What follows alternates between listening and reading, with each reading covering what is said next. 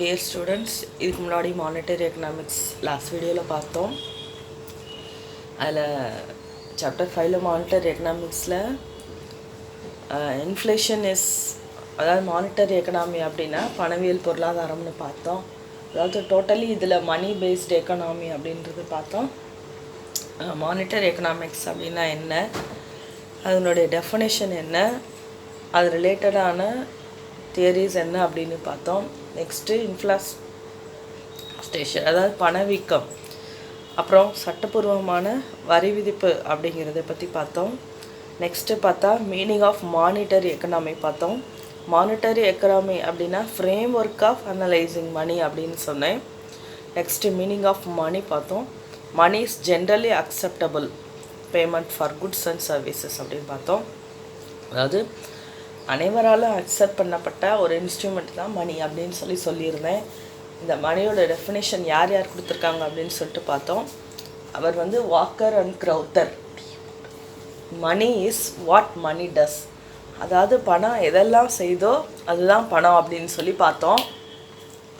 Next க்ரௌத்தரோட definition, money can be analyse that is generally acceptable is a means of exchange and at the same time act as a mission of store of value அப்படின்னு சொன்னேன். So பொதுவாக ஏற்றுக்கொள்ளப்பட்டதும் இடையீட்டு கருவி, மதிப்பளவு கருவி, அதாவது ஒரு இருப்பு வச்சிருக்க ஆகிய எல்லா வேலைகளும் செய்கிறது பணம் தான் அப்படின்னு க்ரௌத்தர் சொல்லியிருக்காரு. நெக்ஸ்ட்டு பணத்தோட எவல்யூஷன் என்ன அப்படின்னு பார்த்தோம். பணத்தினுடைய வளர்ச்சி, பரிணாம வளர்ச்சி என்ன அப்படின்னு சொல்லிட்டு பார்க்கும்போது what is the meaning of barter system அதில் பார்த்தோம். Why the barter system failure, அதோட ரீசன்ஸ் என்ன அப்படின்னு பார்த்தோம். ஸோ இந்த பார்ட்டர் சிஸ்டம் யாரெல்லாம் பயன்படுத்துகிறாங்க அப்படின்னு பார்த்தோம். Next what is metallic standard, இந்த மணி கரன்சி, அதாவது கரன்சி வர்றதுக்கு முன்னாடி நம்ம நாடுகளில் பயன்படுத்தப்பட்ட ஸ்டாண்டர்ட் என்னென்ன, பண மதிப்புகள் எந்தெந்த அளவில் பயன்படுத்தினாங்க அப்படின்றத பார்க்க போகிறோம்.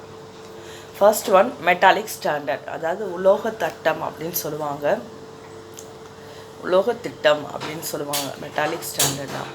ஃபர்ஸ்ட் பார்த்தீங்கன்னா after the barter system and commodity money system modern money system evolved. Barter சிஸ்டம்க்கு அடுத்தது கமாடிட்டி மணி சிஸ்டம் வந்துச்சு. கமாடிட்டி மணி சிஸ்டம் அப்படின்னா கமாடிட்டி டு கமாடிட்டி எக்ஸ்சேஞ்ச் பண்ணிக்கிறது. இது எல்லாம் ஃபெயிலியர் ஆனதுக்கப்புறம் என்ன அறிமுகப்படுத்துகிறாங்க அப்படின்னா மெட்டாலிக் ஸ்டாண்டர்ட் இன்ட்ரடியூஸ் பண்ணுறாங்க.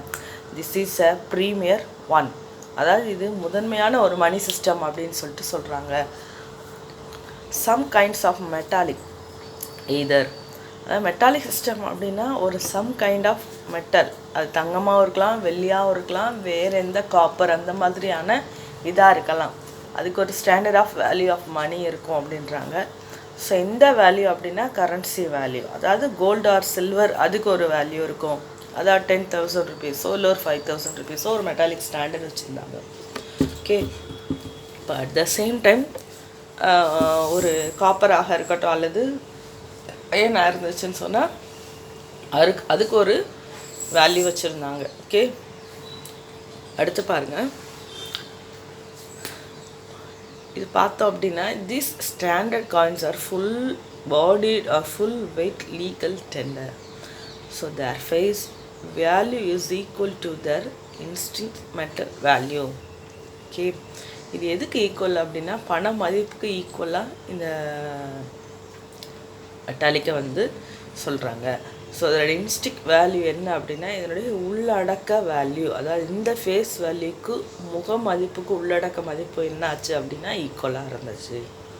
ஸோ மெட்டாலிக் ஸ்டாண்டர்ட்னா கோல்டு ஆர் சில்வர் பாரில் இருக்கும், அதை என்ன பண்ணிக்கலாம், நம்ம கடையில் அதை கொடுத்து அந்த காயினுடைய மதிப்பு வேல்யூ என்னவோ அதுக்கு நம்ம 10,000 இருக்கலாம் அல்லது 20,000 இருக்கலாம். ஸோ என்ன மதிப்போ அதுக்கு தகுந்த மாதிரி நம்ம கடையில் குட்ஸ் அண்ட் கமாடிட்டிஸை பர்ச்சேஸ் பண்ணிக்கலாம்.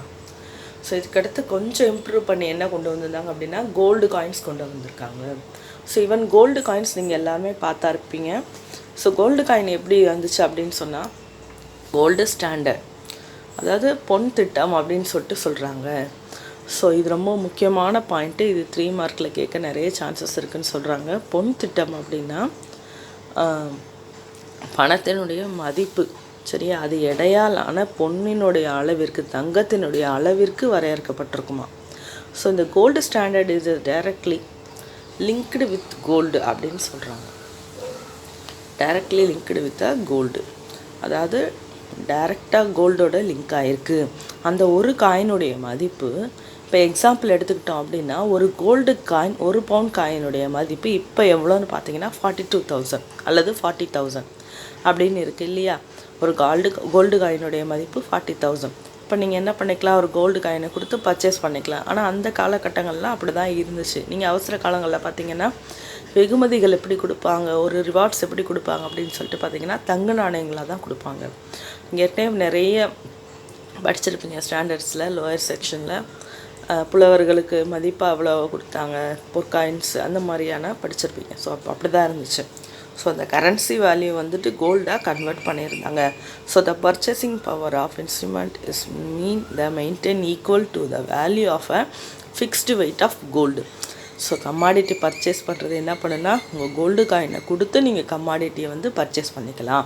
ஸோ இந்த 2 கோல்டு காயினோட வேல்யூ 10,000 10,000க்கு நம்ம குட்ஸ் அண்ட் சர்வீஸாக பர்ச்சேஸ் பண்ணிக்கலாம். So this is called a gold standard. Next silver standard. இது வெள்ளி நாணயங்கள் அப்படின்னு சொல்கிறாங்க, வெள்ளி திட்டம் அப்படின்னு சொல்லியிருக்காங்க. The silver standard is monetary system in which the standard economic goods of account is a fixed weight of gold. அதாவது சில்வருடைய வெயிட்டுக்கும் ஈக்குவலாக என்ன இருக்கும் அப்படின்னா பண மதிப்பு இருக்கும். ஸோ எப்படி கோல்டோட வெயிட்டுக்கு எப்படி பண மதிப்பு இருந்துச்சோ, ஸோ அந்த அளவுக்கு சில்வர் காயினோட வெயிட்டுக்கு பண மதிப்பு இருக்கும். ஸோ நீங்கள் என்ன பண்ணிக்கலாம் அப்படின்னா, அந்த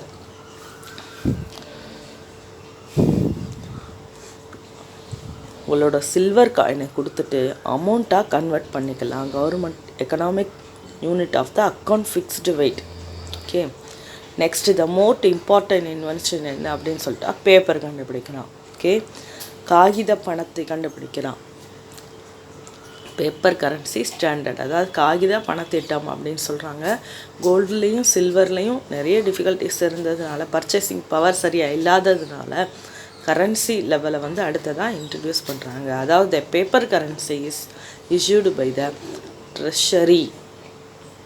Okay, issued by the treasury or the central bank or both circulate as unlimited legal tender. அதாவது சென்ட்ரல் பேங்க் கவர்மெண்ட் என்ன செய்யுது அப்படின்னா, ஒரு சட்டத்துக்கு முன்னாடி ஒரு அமைப்பு என்ன பண்ணுதுன்னா, இந்த பேப்பர் கரன்சியை வெளியிடலான்னு ஒரு முடிவு பண்ணுறாங்க. ஸோ இந்த paper currency is not convertible into any metal. So கரன்சியாகவே கொடுத்துட்டோம். ஸோ என்ன பண்ண முடியாது, நீங்கள் அதை ஒரு கன்வெர்ட்டட் இன்டு மெட்டீரியலாக ஒரு மெட்டலாக நீங்கள் வந்து பயன்படுத்த முடியாது.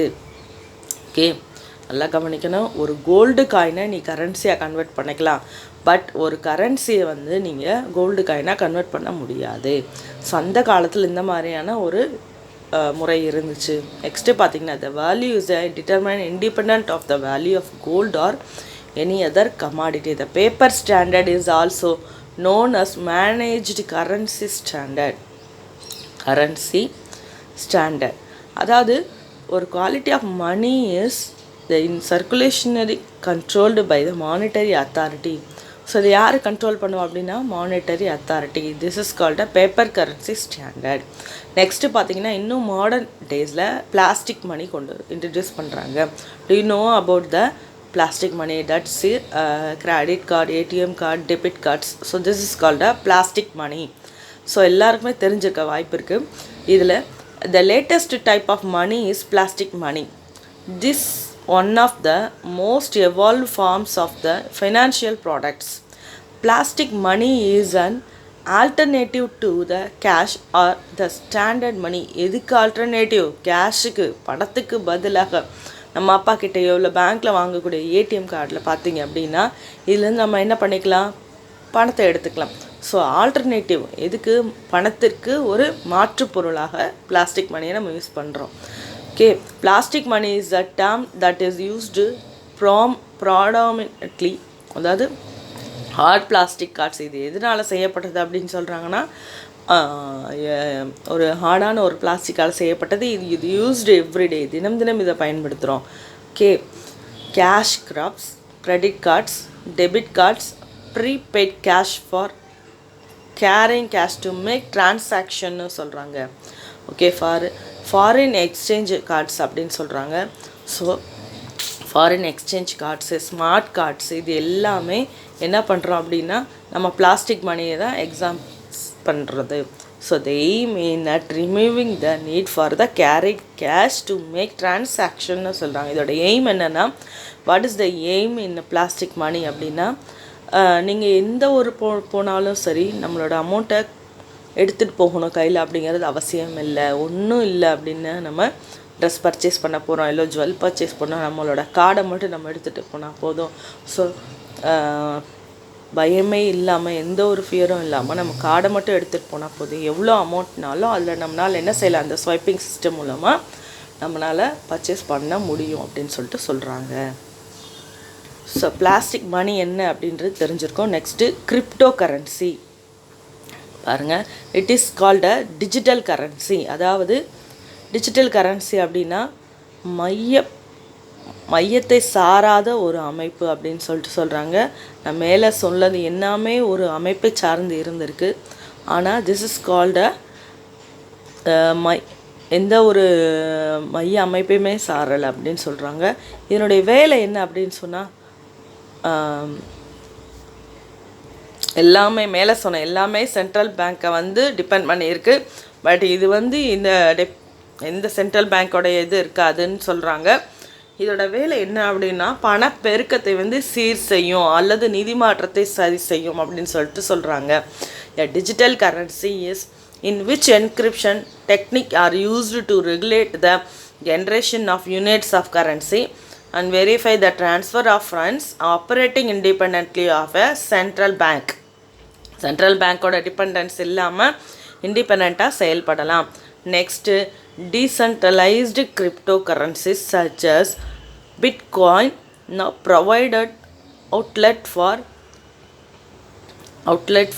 personal wealth அப்படின்றாங்க. outlet for the personal wealth that is beyond restriction and confiscation. Okay, bitcoin அப்படிங்கிறது இந்த கரன்சியினுடைய மதிப்பு அப்படின்னு வச்சுக்கலாம். ஸோ இது என்ன பண்ணுது அப்படின்னா, தனிநபருடைய சொத்துக்களை நம்மளுடைய கட்டுப்பாட்டுக்குள்ளே கையடக்கமாக வச்சுக்கிறதுக்கு பேர் தான். இது யாருடைய பயன்பாட்டுக்கும் இல்லாமல், அதாவது சென்ட்ரல் பேங்க்கோடைய டிபெண்டில் இல்லாமல் இது ஒரு தனிப்பட்ட கரன்சி அப்படின்னு கூட வச்சுக்கலாம். மேக்ஸிமம் இந்தியாவில் இந்த டிஜிட்டல் கரன்சியை நம்ம மேக்ஸிமம் பயன்படுத்துறது இல்லை. வெளிநாடுகளில் சில இடங்களில் தான் இதை பயன்படுத்துகிறாங்க. ஸோ இது வரைக்கும் பார்த்துருக்கிறதுக்கு என்ன அப்படின்றது ரீகால் பண்ணலாம். Metallic standard, gold standard, silver standard, next பார்த்திங்க அப்படின்னா currency standard, last one plastic money and crypto currency பார்த்துருக்கோம். ஓகே.